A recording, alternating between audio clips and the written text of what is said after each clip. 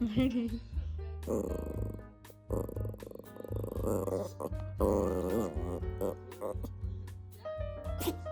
you. I've been reading The Dance of Thieves by, is that what it's called? Dance of Thieves by Mary E. I think it's Pearson. I'll have to double check. So yeah, I wanted to do a vlog, a reading vlog, and I finished the first book, but I didn't record anything because I was busy. No, I really was busy, and I haven't started the second book yet, so this is mainly going to be that book. But I guess right now I can talk about the first book while I make breakfast.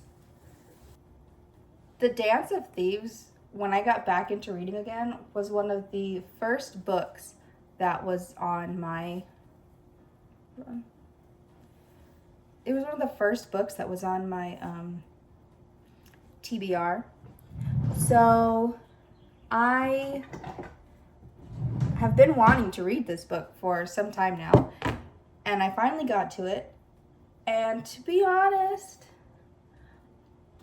it wasn't my favorite. I think if I had read this book before reading The Touch of Darkness, Throne of Glass, ACOTAR, I don't want to say Haunting Adeline, The Cruel Prince. If I had read this before reading all those, then I probably would have liked it more. But some parts of it just fell short for me.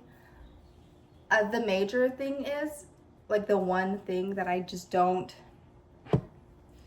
care for at all, is that the female main character is 17 years old.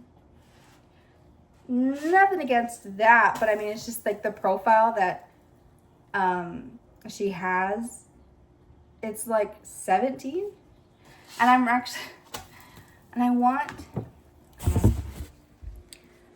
want writers to understand that teenagers are not the only young people. I mean, 20, 21, early 20s, mid 20s, that's still like really young.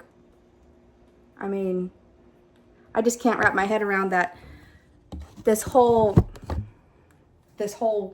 team of like people who are supposed to be hunting down like the most wanted, most dangerous man in all of the land, and the best people they could find were 17-year-old girls. I just don't. I mean, nothing against them being girls. Great. But 17 bugs me. So I'm constantly having to I block that part out. They're not 17 to me. They're just, I don't know. I have to imagine them as older for me to buy that this is their job. So, but yeah. And I think that was it, that just that bugged me really. It's just the rest wasn't so, it's got the close proximity, it's got enemies to lovers, it's got prisoner stuff, I don't know, it's just, it's got the good tropes, but I think it was executed just bare minimum. She's got good writings and good she has good writings and metaphors, and it's very poetic in some points, but I think as a whole the story's just okay. It was, if I had to say, I would say 3.5 stars, because I really, really, really don't like that they're 17 years old. I just don't understand the thought process there. Also, it's been a few days since I finished reading the first book. And I am going to read the second book, obviously. That's why I'm doing this video. But, oh shoot. It's more of, like, I'm not dying to read the next book. Like, I just didn't get that. Like, I feel like that could have, that last chapter in that book just really confused me. And, I hear something ringing. I mean, I've been wanting, like, I have been wanting to read the book. I bought the book the same day I finished the first book. But, like, I'm not dying to read it. Like, usually my my ADD will just take a chokehold on me. And I'll have to, like, just straight read through the book. And I've been actually really trying to not let that happen. But with this book, it's been pretty easy to just almost forget about it. Yeah. And I haven't really actually, because of my ADD, I haven't been able to, like, let myself sit down. I'm trying to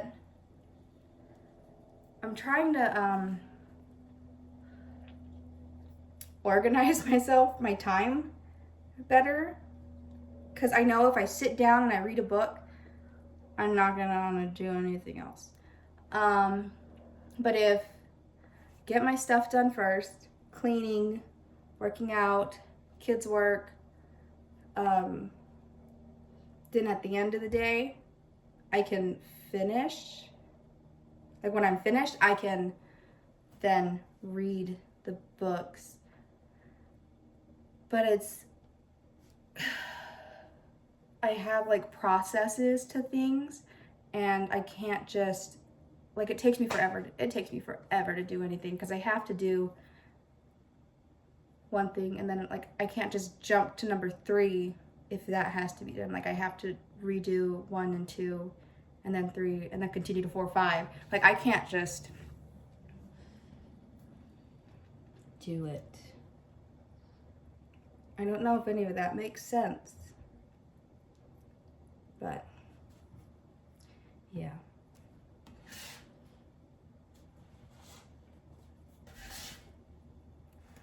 Oh shit, it's stuck. Oh, it's really stuck. Okay, pancakes are done.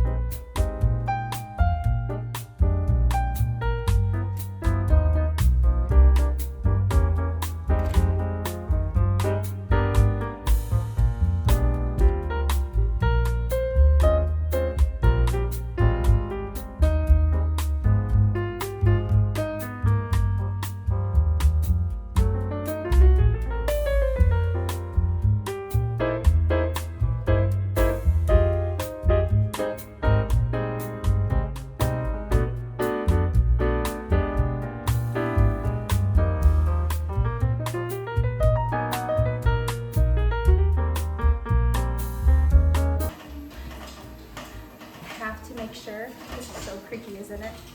Let me turn it off.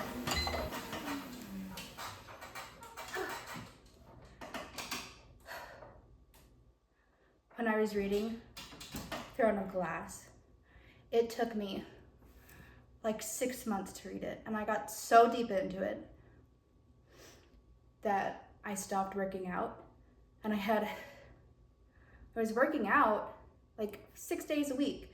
And I was in good shape, and I was down on my weight, and I was doing so good. So now I have to make sure I get my workouts in. Otherwise, I'll totally just drop it all, and then it's so hard for me to get back into. Here we are. Get your paws off my face. You stink. You're so stinky. I think we need to give you a bath now. I think that's the next thing on the list. The bath for the dog.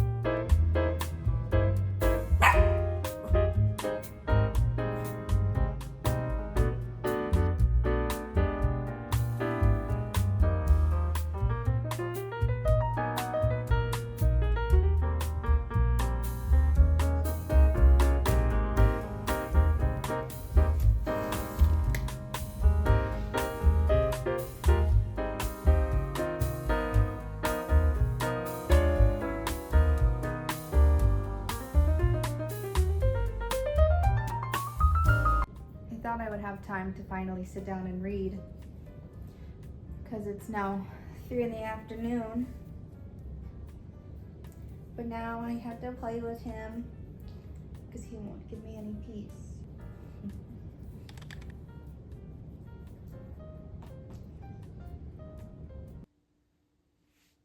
It's been a few days and I'm on chapter 15 now of this book. And I think my earlier statement, or my rating of what was it, a 3.5, I think, might have been a little harsh. It had been a few days after I finished reading the first book. And I think, honestly, I was in a bad mood. So I would like to formally change my rating to a 4-star. Truth is, this author, she does have really good writing. She has like nice metaphors and the way she kind of like ties in things she says from before into her, like, you know, what you're reading now, and like it's pretty nice. And there's some good moments where I was like reading it and I was like, wow, that's like a pretty good way, like that's like a nice way of describing what the character is feeling and what the character is feeling and what's going on. I'm on chapter 15 of this book now, and it was pretty slow picking up in the beginning. I think like it was okay, but it wasn't like pulling me in, like it wasn't really like catching on with me. But also, like I said, I've been in a pretty, like mentally, like I've been like in a poor state. And like I just honestly didn't want to read it. But I'm on chapter 15 and it's going okay. But there's like one thing that is pissing me off. It would definitely be a spoiler to talk about it. So it's a warning now. I'm gonna say it. Jace gets shot in the freaking chest with an arrow. And even the author says, like in the book, the girl says, oh my gosh, that would be impossible for him to like survive that. Guess what happens? I mean, there's like worse things, like there's other things you could do to him that would be like devastating. But to like literally kill, like practically kill him off and then bring him back, I don't know about that. In the first book, they talk about how the Ballingers had lost Hell's Mouth in a bet like, or in a game, like poker or whatever, you know, they were gambling it. And he lost it, and so now the king has Hell's Mouth, and they're like, nah, forget that, we're not gonna do that. I mean, no, like they lost it. And now in this book, King is claiming it, and honestly, I'm on the king's side. Even though, like, it's messed up because the Ballingers are, like, you know, the main characters and stuff, but no, they're wrong. I mean, be a freaking mayor or something, yeah, sure. But to, like, own it? I don't know. I mean, it's kind of hard because, you know, in the first book they talk about how, you know, all the history of them being like the first kingdom and what these kids had to go through to survive and do all this stuff. Like, yeah, it touches, you know, it touches your heart, and it kind of makes you, like, feel not proud, I guess proud of these kids and what the Ballingers have done. But I mean, dude, you lost it. But I mean, I understand, like, it's a kingdom, you can't, like, gamble it away and, like, lose it, whatever. But I mean, also, like, it's kind of stupidity. Like, the whole thing, I think there would have been better ways to, like, create a conflict other than, like, oh, I gambled my kingdom away, which is honestly, one, invalid, and two, like, just stupid on the character's part. Now, I'm not saying the writer is stupid, I'm saying, like, for the character to do that. Whatever, though. So, that's where I'm at right now. I'm just gonna try to get my mood up some and then try to read this at a faster pace, because it's been, I don't know, over a week since I started reading this book, and I'm only on page 86. So, but it's okay. Slow reading sometimes is fine. No, slow reading is always fine. But for the sake of wanting to read something else, I just want to get through this already.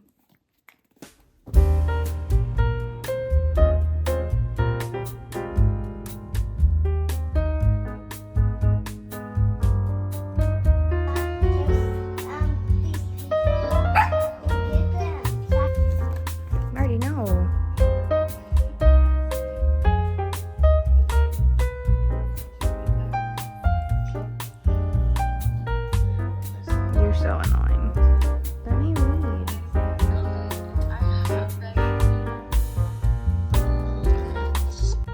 At this point, I'm almost halfway through the book. And this may be an unpopular opinion, considering how I've seen other people react to the books, that there's something lacking for me. I'm really dragging my feet reading this one. That's not to say the writing is bad, because it's good. There's good imagery and, like, lovely metaphors. I think what it is the characters are coming off flat for me. I mean, the king has turned out to be one of my favorite characters because he's had such a flip. And he's not at all what we thought, which I always love that in a character. And I actually expect it in most characters. But Jace and Kazi haven't really grown much, and they keep going back to what we already know about them. So it's just kind of But there's almost, like, no banter in the book, and the only time there is with the little boy Carrie from the settlement, or Sonove, who I think is supposed to be the comedic relief, but she really isn't that much. So I'm having to really force myself to finish this book just for the sake of finishing it.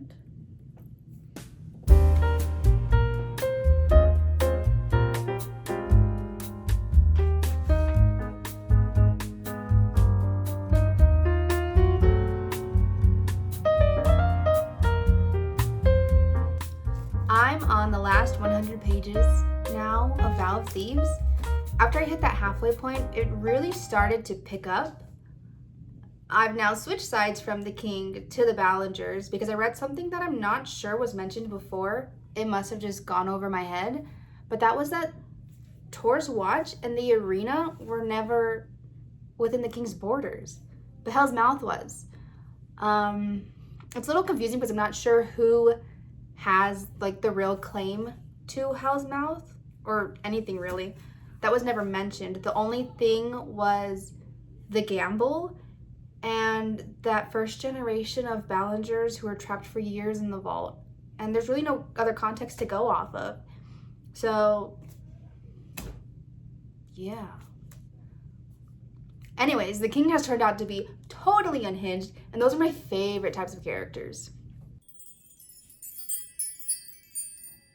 Okay, I finished reading Vow of Thieves last night, and it was okay.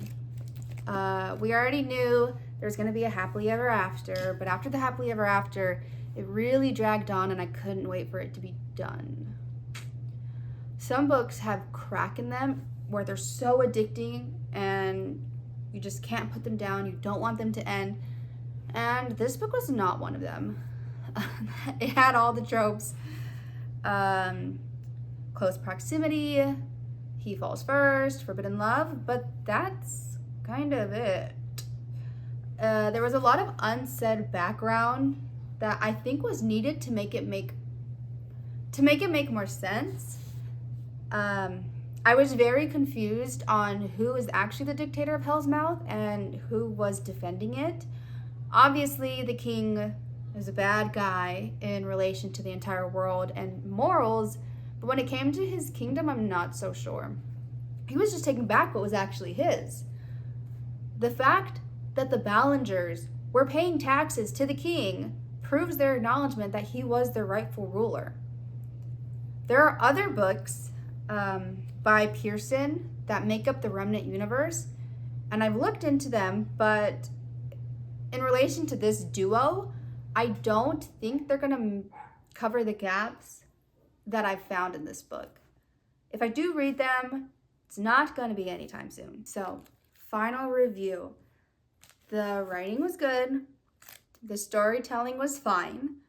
The politics were messy. The characters had strong morals, but fell flat for me. I had high hopes for this book because it was the first one I put on my TBR list when I got back into reading. But overall, I think for the duo, it was a 3. Oh well. On to the next read.